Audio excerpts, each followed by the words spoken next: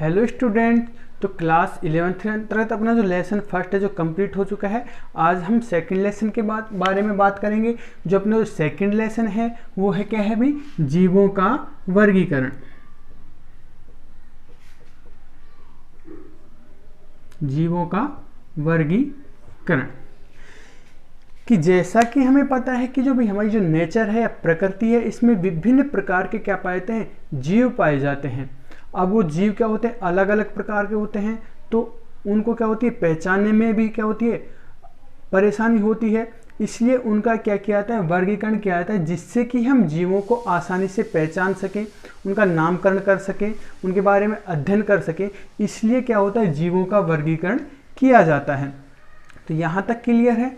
हम इसकी डेफिनेशन की बात करें तो भाई क्या होगी, जीवों को उनकी समानता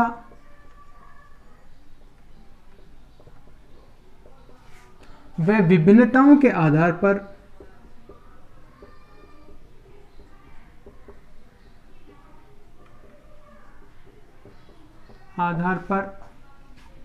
समूहबद्ध करना वर्गीकरण कहलाता है।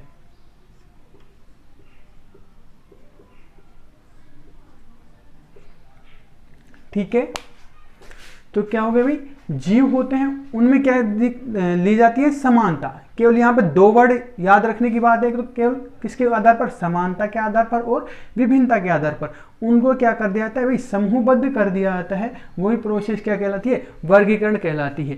कि जैसे वर्गीकरण की आवश्यकता क्यों पड़ी, जैसे कि हम बात कर लेते हैं भाई जीव में क्या क्या होते हैं। जैसे हम सीधे तौर पर बात करें तो जैसे होते हैं पादप होते हैं और जंतु होते हैं, इनमें ही वर्गीकरण कर दिया। वर्गीकरण कैसे कर दिया कि भाई क्या होते हैं कि जैसे इनमें तो क्या होती है, प्रकाश संश्लेषण की प्रक्रिया पाई जाती है। ठीक है, और स्वयपोषी होते हैं, मतलब अपना भोजन अधिकांशतः स्वयं बनाते हैं। जबकि जंतु क्या होते हैं, इनमें प्रकाश संश्लेषण की प्रक्रिया नहीं पाई जाती, अपने भोजन के लिए दूसरे पर डिपेंड रहते हैं। इस प्रकार इनको क्या कर दिया जाता है, वर्गीकृत किया जाता है कि इससे इसमें आसानी से हम पहचान की जा सके और इनका अध्ययन किया जा सके। तो यहाँ पर समझ में आ गया कि वर्गीकरण का उद्देश्य क्या है। वर्गीकरण का जो मुख्य उद्देश्य क्या होता है, एक तो इनका नामकरण किया जा सके कि पादप में भी, अब हम पादपों की बात करें तो पादप भी एक टाइप का पादप थोड़ा ना होता है, बहुत विभिन्न प्रकार के क्या होते हैं, पादप होते हैं। फिर उनका भी नामकरण आवश्यक होता है। फिर उनकी क्या की जाती है, पहचान की जाती है कि भाई काम क्या आता है, फिर उसका अध्ययन किया जाता है। तो ये सब क्या है, वर्गीकरण के उद्देश्य। ठीक है, तो भाई वर्गीकरण का जो मुख्य उद्देश्य क्या होता है भाई, पादप हो या जंतु हो उनका नामकरण करना, उनकी पहचान करना और उनके बारे में आसानी से अध्ययन किया जा सके, इसका क्या है, प्रमुख उद्देश्य है। इसके अलावा और हम बात करें तो भाई जो हमारी प्रकृति है उसमें विभिन्न प्रकार के जीव पाए जाते हैं। लगभग हम कह सकते हैं लाखों में जीव पाए जा सकते हैं कि भाई विभिन्न लाखों तो क्या पाए जाते हैं, पादप पाए जाते हैं, जंतु पाए जाते हैं। तो फिर क्या होगा, तो यदि इनकी पहचान नामकरण नहीं होगा तो हमें इनका अध्ययन करने में क्या होता है, मुश्किल होती है। इस कारण इनका क्या किया जाता है, वर्गीकरण किया जाता है। तो वर्गीकरण करने के लिए भी वैज्ञानिकों के द्वारा क्या दिए गए थे, सिद्धांत दिए गए थे। ठीक है, तो जो सबसे पहले हम बात करें तो जो वर्गीकरण के जो सिद्धांत होते हैं, वर्गीकरण के जो सिद्धांत होते हैं, ठीक है, उनको हम क्या कहते हैं, वर्गीकी कहते हैं। वर्गीकी कहते हैं, जिसको इंग्लिश में बोला जाता है टैक्सोनॉमी। ठीक है भाई, जो वर्गीकरण के जो सिद्धांत होते हैं, ठीक है, उनका जो अध्ययन किया जाता है उस शाखा को हम क्या कहते हैं, वर्गीकी कहते हैं। यहां तक क्लियर है। उसके बाद जो हम बात करें तो जो टैक्सोनॉमी जो वर्ड होता है आया कहां से, तो टैक्सोनॉमी या जो वर्गीकी जो शब्द है, सबसे पहले ए.पी. कंडोले नामक वैज्ञानिक ने दिया। ए.पी. कंडोले नामक वैज्ञानिक ने दिया। ठीक है, इन्होंने अपनी एक बुक लिखी जिसका नाम है थ्योरी एलिमेंट्री डी ला बोटनिक। यहां तक क्लियर है भाई। वर्गीकरण तो हमने पढ़ लिया, समानता असमानता के आधार पर समूहबद्ध करना वर्गीकरण कहलाता है। उसके बाद जो वर्गीकरण के जो सिद्धांत होते हैं उनका जो अध्ययन होता है वो क्या कहलाता है, टैक्सोनॉमी कहलाता है, या उसको वर्गीकी कहते हैं। और जो वर्गीकी जो शब्द है सबसे पहले किसने दिया भाई, AP कंडोले नामक वैज्ञानिक ने दिया। और किस में दिया, इन्होंने अपनी एक बुक लिखी, ठीक है, बुक का नाम क्या था, थ्योरी एलिमेंट्री डी ला बोटनिक। यहां तक क्लियर है। इसके बाद हम नेक्स्ट टॉपिक के बारे में बात करते हैं, पादप वर्गीकरण का इतिहास, कि जो पादपों का वर्गीकरण किया गया है वो किस प्रकार से किया गया है भाई। तो अपना जो नेक्स्ट टॉपिक है वो क्या है भाई, पादप वर्गीकरण इतिहास। तो जो सबसे पहले जो पादपों का जो वर्गीकरण किया गया, ठीक है, पादप जो वर्गीकरण किया गया इसको टोटल कितने 4 काल में विभाजित किया गया है, ठीक है। तो 4 काल की बात करते हैं हम। सबसे पहले प्रथम काल। प्रथम काल जो कहा जाता है वो थ्रियोफ्रेस्टस का काल कहा जाता है। क्यों? क्योंकि प्रथम काल में सबसे पहले थ्रियोफ्रेस्टस नामक वैज्ञानिक ने, ठीक है, अपनी बुक लिखी थी एक जिसका नाम है हिस्टोरिया प्लांटेरम। हिस्टोरिया प्लांटेरम, ठीक है। इस बुक में इन्होंने लगभग कितने 500 पादपों का वर्गीकरण किया।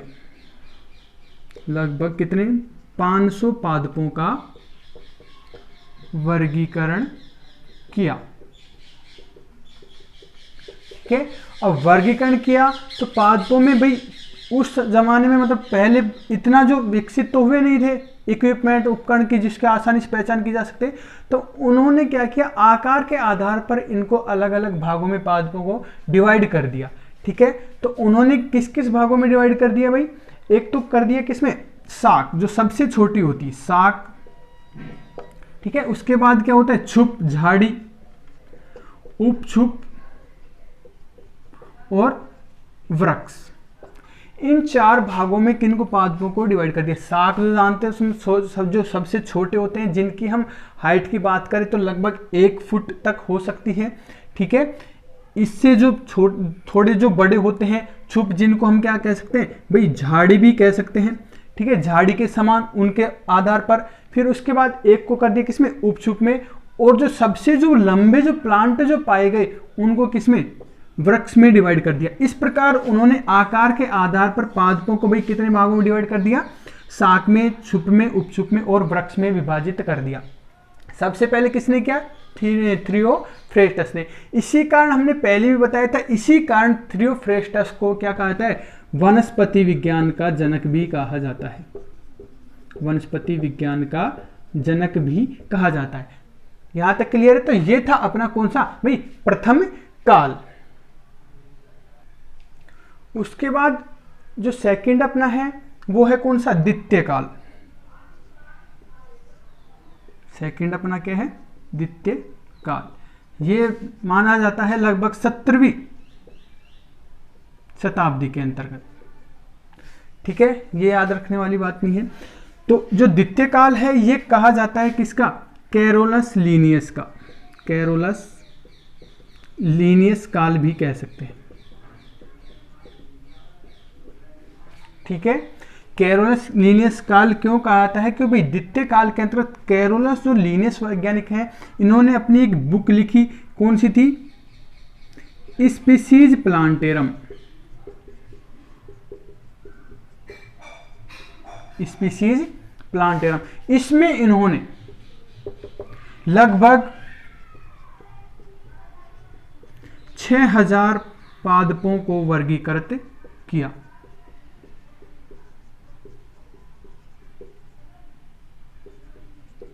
ठीक है, कितने पादपों का, 6000 पादपों को वर्गीकृत किया, अपनी बुक स्पीसीज प्लांटेरम में लिखा। इस कारण भाई कैरोलस जो लीनियस है, जो कैरोलस लीनियस है, इनको वर्गीकरण विज्ञान का जनक भी कहा जाता है। वर्गीकरण विज्ञान का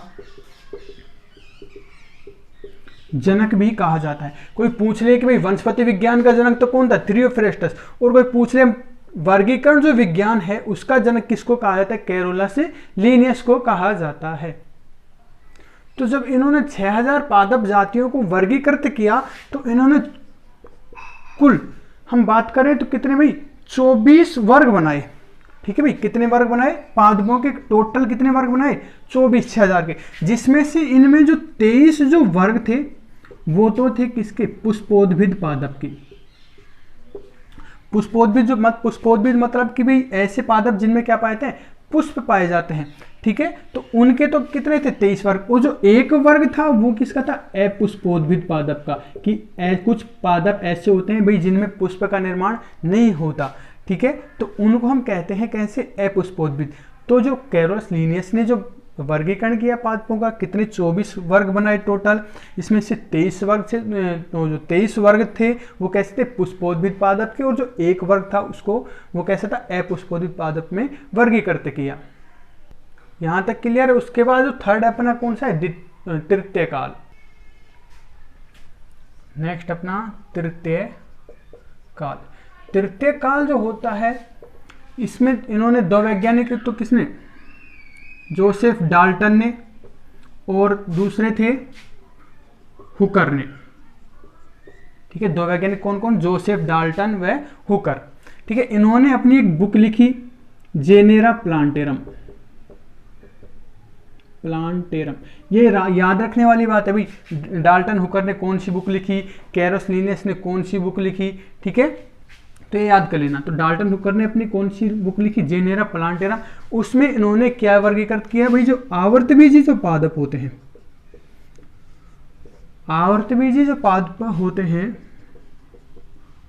उनको उसके जनन व कायिक भाग के आधार पर क्या किया, वर्गीकृत किया।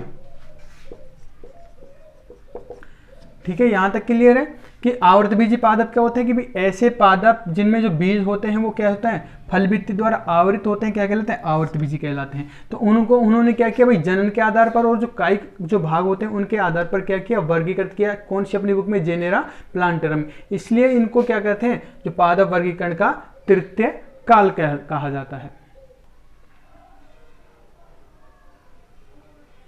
नेक्स्ट अपना है चतुर्थ काल। चतुर्थ काल कौन सा है, जो प्रेजेंट जो समय चल रहा है, मतलब हम बात करें कि जो डार्विन है उसके बाद का काल, या हम कह सकते हैं जो प्रेजेंट काल जो चल रहा है। ठीक है, इसमें जातीय वर्तीय संबंधों के आधार पर, जातीय वर्तीय संबंधों के आधार पर, और हम बात करें कि भाई आनुवांशिकी के आधार पर पादपों का वर्गीकरण किया जाता है।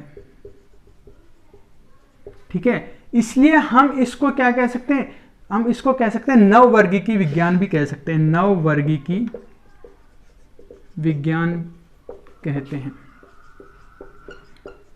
ठीक है, मतलब जो प्रेजेंट जो समय चल रहा है वो कौन सा है, चतुर्थ काल। इसमें क्या होता है, जातिवर्ती संबंधों के आधार पर पादपों को और उनकी आनुवांशिकी के आधार पर क्या कहता है, वर्गीकृत किया जाता है। इस कारण ठीक है, इसको हम क्या कह सकते हैं, नववर्गीकी विज्ञान कहते हैं। नववर्गीकी विज्ञान इसलिए कहा था कि आपको पता है कि भाई जो प्रेजेंट टाइम है इसमें विभिन्न प्रकार की तकनीक वगैरह आ चुकी हैं, जिसके द्वारा हम पादपों के बारे में, संबंध के बारे में आसानी से अध्ययन कर सकते हैं। तो ये था अपना पादप वर्गीकरण के बारे में संक्षिप्त इतिहास।